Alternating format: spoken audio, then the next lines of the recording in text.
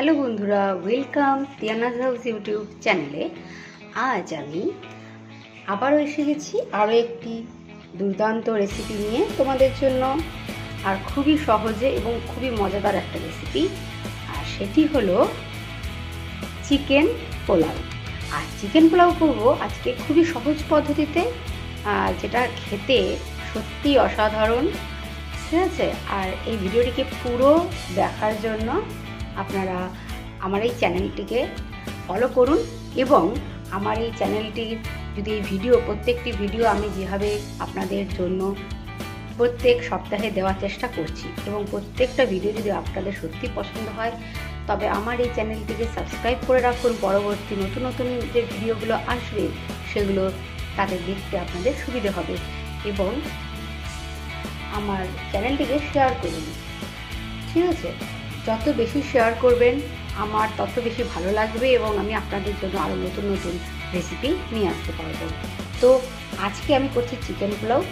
আগেও বলেছি, আবারও বলছি, আমার আগেও অনেক ভিডিওতে আমি বলেছি যে আমি যে রেসিপিগুলো দেখাই সেগুলো সত্যি খুবই সহজে দেখাই, যেন খুব সহজে করে ফেলা যায়, খুব বেশি সময় না লাগে।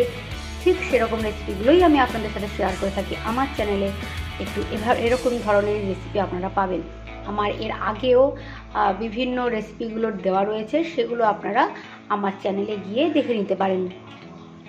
তো আমি শুরু করছি। আমি নিয়েছি এখানে 500 গ্রামের মতন চিকেন, এবং এই চিকেনটি উইথ স্কিন। ঠিক আছে? উইথ স্কিন চিকেন রয়েছে। আচ্ছা, এই চিকেনটিতে প্রথমে আমরা একটু নুন হলুদ মাখিয়ে নেব, এবং আরও কিছু মশলা দিয়ে প্রথমে মাখিয়ে রেখে দেবো আধা ঘন্টার জন্য। চলুন দেখা যাক। নিয়েছি গোবিন্দভোগ চাল 400 গ্রামের মতো এখানে আমি চাল নিয়েছি। এবার এই চালটিকে আমি ধুয়ে নেব।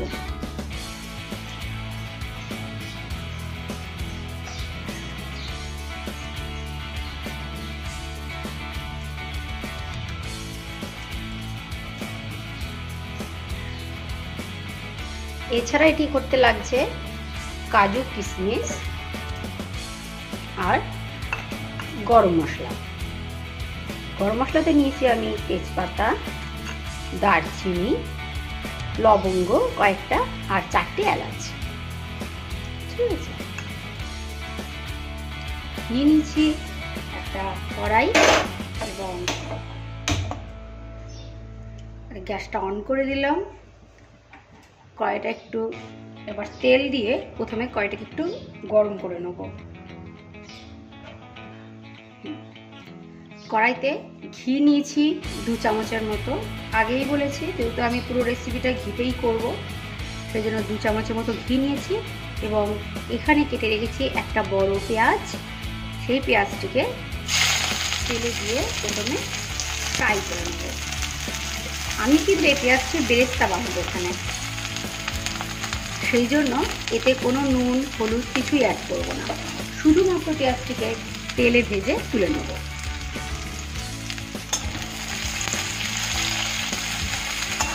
বেরেস্তা করতে কোনো কিছুই প্রয়োজন হয় না।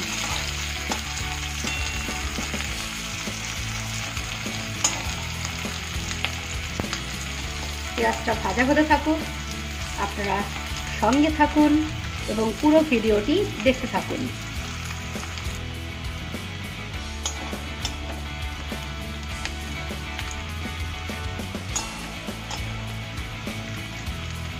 হালকা ব্রাউন হয়ে এসেছে।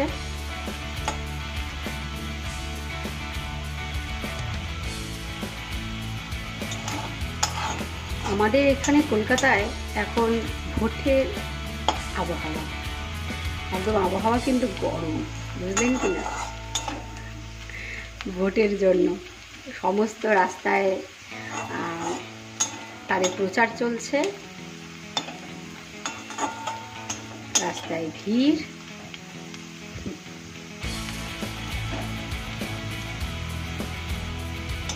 আমার পেঁয়াজটা ভাজা হয়ে গেছে, এরকম হালকা ব্রাউন অবস্থাতেই আমি পেঁয়াজটিকে তুলে নেব।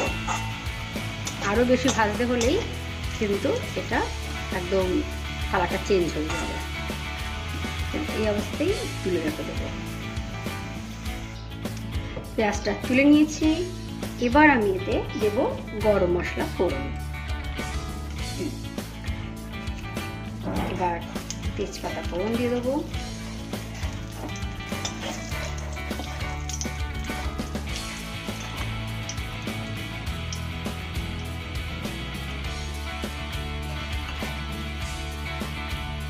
যে এলাচগুলো রেখেছি সেই এলাচগুলোকে একটু ফাটিয়ে নেব। না ফাটিয়ে নিলে তেলে পড়লেই কিন্তু ফাটতে শুরু করবে, সেই জন্য মাথাগুলো খুলে একটু আলাদা করে নিলাম। এবার এই গরম মশলাগুলো যেগুলো আগে রেডি করে রেখেছিলাম এগুলো সবটাই আমি ঘিতে দিয়ে দিলাম। বুঝেছেন? এবং ফাটতে থাকে, না ফাটিয়ে দিলেই আরও জোরে ফাটবে। যাই হোক, আচ্ছা, এবার যে মাংসটা ম্যারিনেট করে রেখেছিলাম সেই মাংসটা পুরোটাই আমি এর মধ্যে দিয়ে দেব।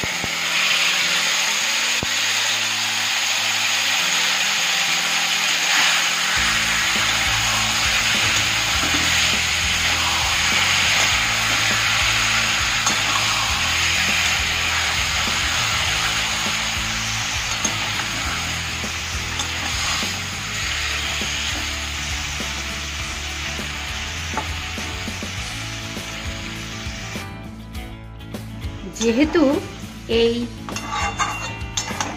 মাংসটির মধ্যে আমার আগে থেকেই সমস্ত মশলা মাখানো ছিল, সেই জন্য আমি আর নতুন করে কোনো কিছুই এর মধ্যে অ্যাড করব না। এদিকে শুধুমাত্র এভাবে নাড়াচাড়া করে একটু ঢেকে দেবো পুরোপুরি 20 মিনিটের জন্য। 20 মিনিট পর এসে এদিকে ওপেন করব।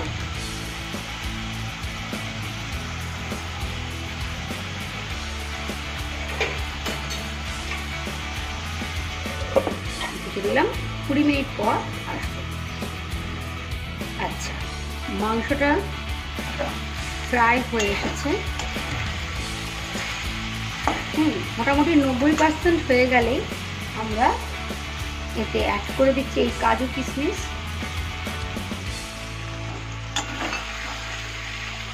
এবং চালটা অ্যাড করে দেবো, যে চালটা আমি ধুয়ে রেখেছিলাম।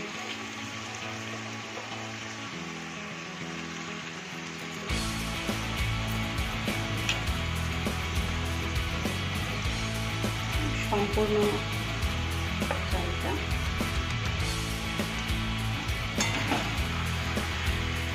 ধীরে ধীরে মিশিয়ে নেব মাংস আর চাল।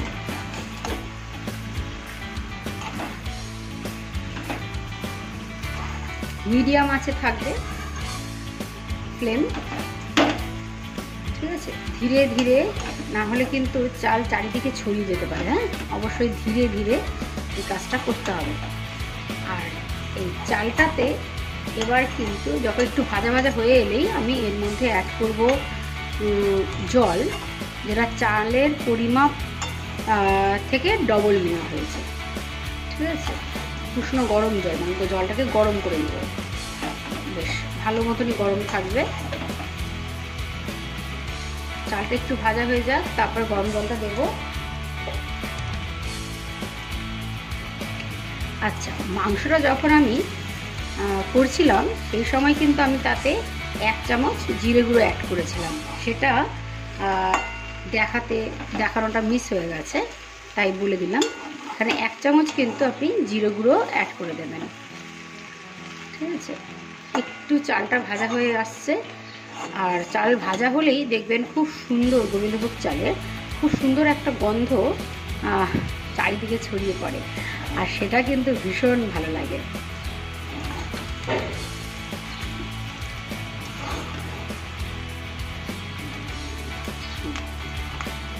চিকেনে যেহেতু স্কিন ছিল, সেই জন্য আমার কিন্তু এই রান্নাটা করতে বেশি ঘি দিতে হয়নি।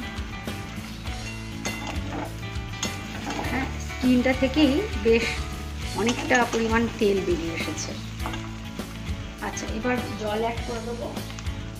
চাল ভাজা রেডি। আচ্ছা, যেহেতু গরম জল অ্যাড করছি, তাই গ্যাসটা একটু কমিয়ে নিয়ে ধীরে ধীরে কিন্তু অ্যাড করবো। হ্যাঁ, একটু সাবধানভাবেই কাজটা করতে হবে।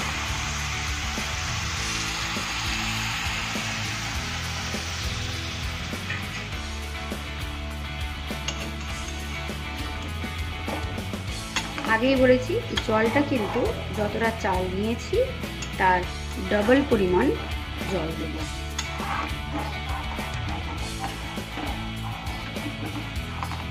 ভালো করে সবটা মিশিয়ে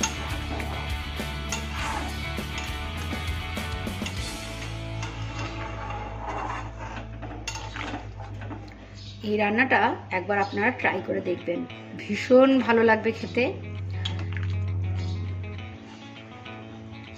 আমার বাড়ির সকলের ভীষণ পছন্দের এই রান্নাটি। আর আলাদা করে কিন্তু আপনার মাংস, আলাদা করে অন্য কোনো কিছু রাইস, অন্য কোনো কিছু রান্না করতে হলো না, একসাথে মাংস আর চাল দিয়ে একসাথে রান্না হয়ে গেল। হ্যাঁ, দারুণ লাগে খেতে, দারুণ লাগে। আর গন্ধ তো এখনই ভীষণ সুন্দর ছড়িয়ে পড়েছে পুরো বাড়িতে।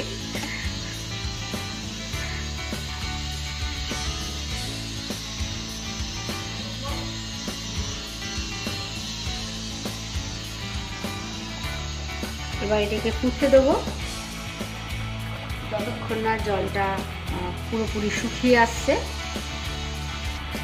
মোটামুটি 5 মিনিটের মধ্যে কিন্তু আমার এই রান্নাটি রেডি হয়ে যাবে। দেখুন, জলটা একদম টেনে নিয়েছে।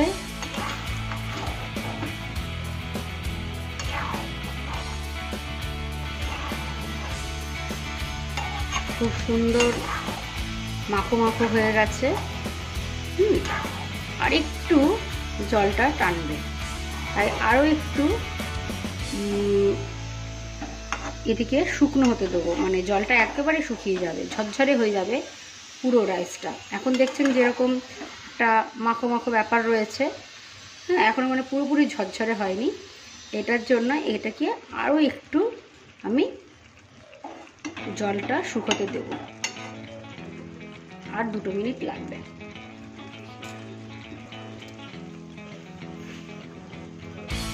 যেহেতু চালটা সেদ্ধ হয়ে গেছে, তাই এতে দিয়ে দেবো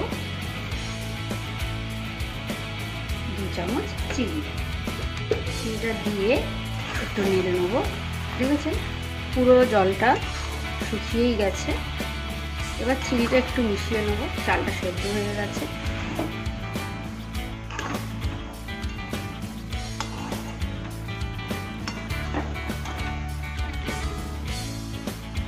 চিনিটা এর ভাপে থেকেই একদম গলে যাবে। এই অবস্থাতেই আমি গ্যাসটা অফ করে দেব।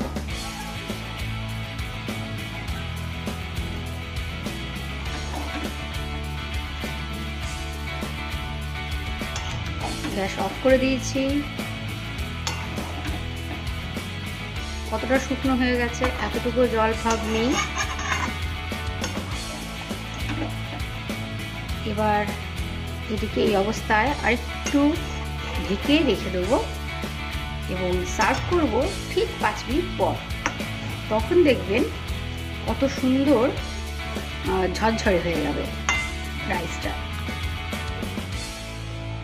ঠিক আছে, চলুন তবে সার্ভ করে আমি আপনাদেরকে দেখাবো।